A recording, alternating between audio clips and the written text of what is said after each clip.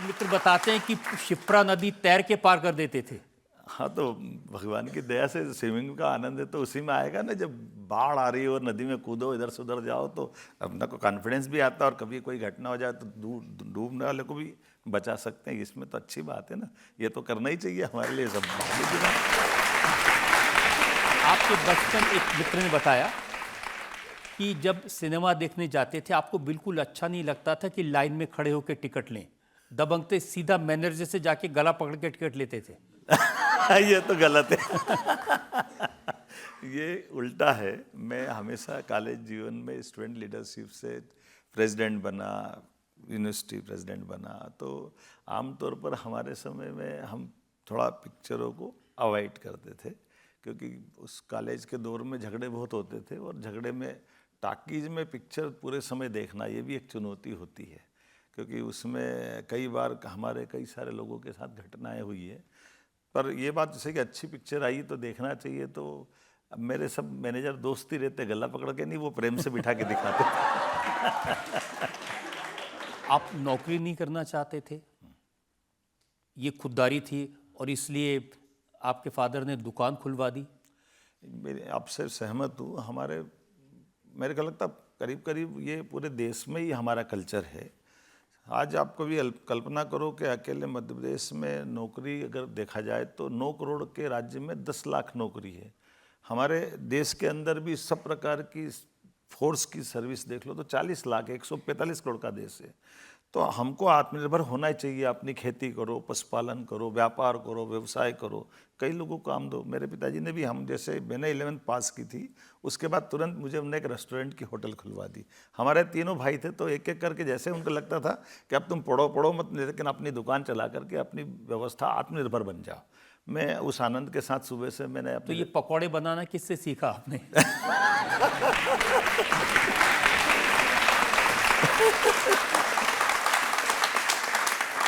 जब आप दुकान खोलोगे तो आप भी सीख जाओगे। आप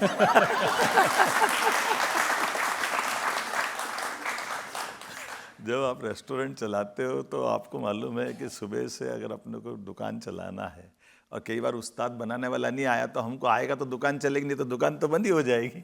तो इसलिए सारी चीज़ों में एक दक्षता भी आती है।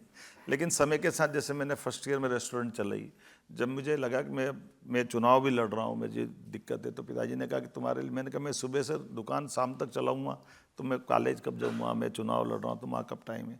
तो उन्होंने कहा बेटा पढ़ना तो पड़ेगा, लेकिन ये भी तय है कि दुकान भी चलाना, तुम्हारे दुकान का स्वरूप बदल देता हूँ। तो उन्होंने कहा तुम खाने की होटल खोल लो। खाने की होटल का फ़ायदा ये है कि 11 बजे से 3 बजे तक, शाम को 7 बजे से 10 बजे तक चलेगी, लेकिन दुकान जरूर चला। फिर मैंने BSc कर ली। फिर मैंने कहा मुझे अब थोड़ा सा और समय लग रहा, क्योंकि मैं विद्यार्थी परिषद में ऑल इंडिया स्तर पर और स्टेट लेवल पर काम कर रहा हूँ। तो उन्होंने कहा आप कुछ और भी काम करो, लेकिन अपना व्यवसाय मत छोड़ना। और मुझे गर्व है कि पिताजी की वो सीख मुझे आज तक काम आई।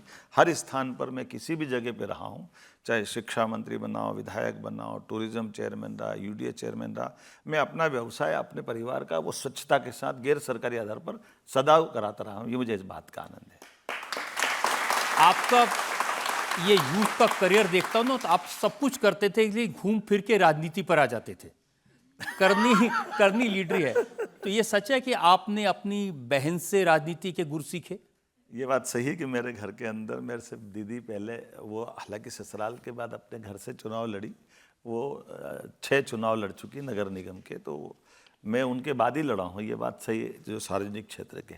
लेकिन दीदी की विशेषता थी कि उनको किसी वार्ड से लड़ा दो, किसी भी सीट से लड़ा दो, वो हर जगह चुनाव जीत के आती। मुझे उनका एक गुण बहुत पसंद था, तो मुझे लगता है ऐसा होना चाहिए कि जहाँ भी लड़ाओ चुनाव जीत के आओ। और राजनीति का इतना शौक था कि शादी भी आपने राजनीतिक परिवार में की? राष्ट्रीय स्वयंसेवक संघ का परिवार था, और हमारे प्रचारक माननीय बाबा साहब नातू, माननीय शालिग्राम जी तोमर, हमारे विद्यार्थी परिषद में कार्यकर्ता किस प्रकार से चिंता करते हैं। तो चूँकि मैं दिन भर घर से निकल करके अपना अधिकांश समय बाहर और पार्टी के काम से लगता हूँ, तो हमारे प्रचारकों की इच्छा थी कि ये गृहस्थी ऐसी लाना पड़ेगी जो इस भाव को समझने वाला हो, ताकि दोनों को ये मालूम रहता कि घर से बाहर भी रहना पड़ता, नहीं तो रोज़ झगड़े होंगे घर में। मुझे गर्व है कि मुझे आज तक झगड़ा नहीं करना पड़ा, ये अच्छा फायदा मिला। नहीं, अब तो घर में झगड़े के आपने सारे रास्ते बंद कर दिए, आप अकेले रहते हैं मुख्यमंत्री निवास में, ना पत्नी ना बच्चे, कोई साथ में नहीं रहता है। मैं लगभग 8 साल उज्जैन विकास प्राधिकरण का अध्यक्ष रहा, 4 साल मध्य प्रदेश टूरिज्म कॉरपोरेशन का अध्यक्ष रहा, फिर मैं 2013 से विधायक और फिर 2020 से 2024 तक शिक्षा मंत्री, 23 तक। तो मेरे परिवार से मुझे सपोर्ट ज़रूर मिलता है शुरू से कि सरकारी पदों पे आप रहें, तो मुझे सरकारी बंगले में परिवार कभी आते नहीं है। उन्होंने कहा आपको पूरी छूट है, और ये तो माननीय मोदी जी का आदर्श है। उनके भाई भतीजे कौन रहते हैं, वो सीएम हाउस में भी नहीं रहते थे, आज भी नहीं रहते हैं। तो ऐसे माननीय प्रधानमंत्री जी सहित ऐसे कई सारे वरिष्ठ लोगों का आशीर्वाद रहता है कि कोई दायित्व हमको मिले तो पूरी शिद्दत से करने के लिए आपको समय चाहिए, और मुझे इस बात का गर्व है कि घर से सपोर्ट मिलता है। मैं इस कारण अच्छा, से, उनको बिल्कुल बुरा नहीं लगता है कि आप अकेले रह रहे हैं वहाँ? मेरे ख्याल से आप आके पूछ सकते हो, कभी बुरा लगे।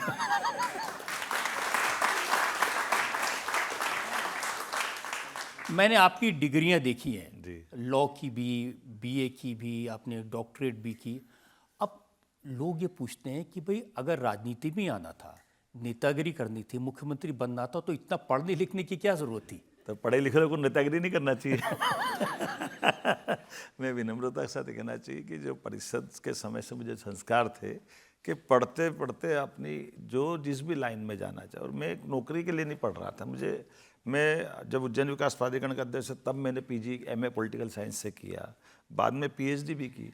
तो ये हमारे लिए पढ़ना, ये अपने मन के अपने अंदर के आत्मानुशासन के लिए भी और स्वांत सुखाय भी तो है। तो पढ़ कर के व्यक्ति अपने आप को भी दक्ष पाता है कई सारे मामलों में। और मुझे इस बात की खुशी है कि मैं हमेशा पढ़ाई के मसले में आज भी मौका मिल जाए तो मुझे पढ़ने का जितना आनंद आता है वो दूसरी चीज़ में किसी में नहीं आता है।